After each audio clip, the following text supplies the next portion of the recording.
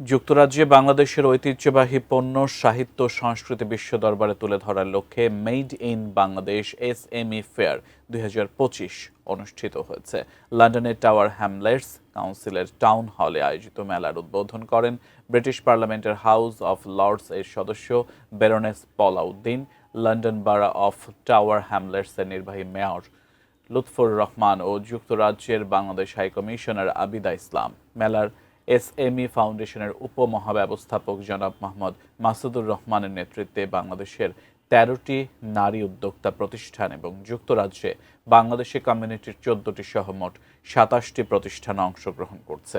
Bangladesh high commission London ও tower Hamlets কাউন্সিলের যৌথ উদ্যোগে আয়োজিত এ মেলার সব ধরনের সহযোগিতা করে বাণিজ্য মন্ত্রণালয় ও এসএমই ফাউন্ডেশন।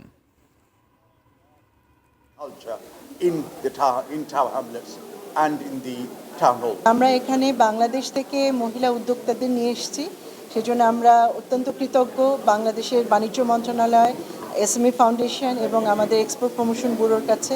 বাংলাদেশ থেকে অনেক ভালো প্রোডাক্ট হয় যেগুলো আমরা উপস্থাপন করতে পারি না। এসএমই ফাউন্ডেশনকে থ্যাঙ্কস যে এটা আমাদের ব্যবস্থা করে দিয়েছে।